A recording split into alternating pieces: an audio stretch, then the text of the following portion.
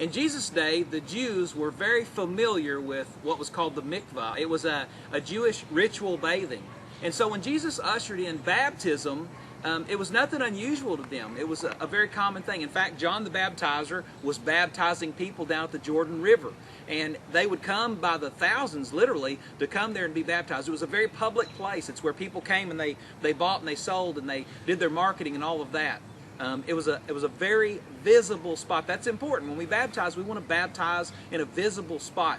Now, beyond that, baptism is symbolic of some things, and Matt's been, pretty courteous to allow us to really walk you through what each component means, and that way you can kind of catch what every element means, the going down in the water and then the coming back up out of the water into new life and stuff like that. And I have told you, sometimes I kind of forget some of the stuff, so you'll just have to kind of work with me. But anyway, baptism is a very important part of who we are in our identity with Christ. And so Matt, what we're going to do is we're going to kind of put on display what it means to be baptized.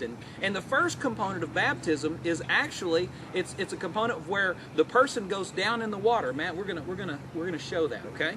And you can hold your nose. And what will happen is you would take the person, they would go down in the water just like this, and you would hold them under, and that was a symbolic of them actually dying to their old self.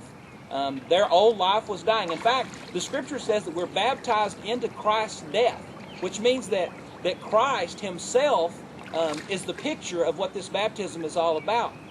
And so what would happen is you would take the people down, and people are always kind of worried. They're scared. What's it going to be like when I go under the water?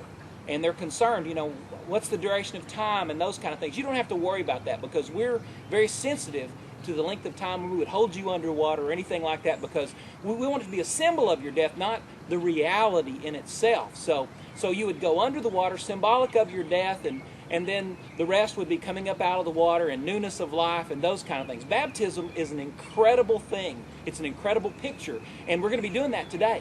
And for those of you who have certain fears of baptism and stuff like that, I just want to say, don't be afraid. There's nothing to fear, because when we baptize, we're professionals. We've done a lot of baptisms, and so, you don't have anything to think about at all. I think that's good. It's a wrap. Matt?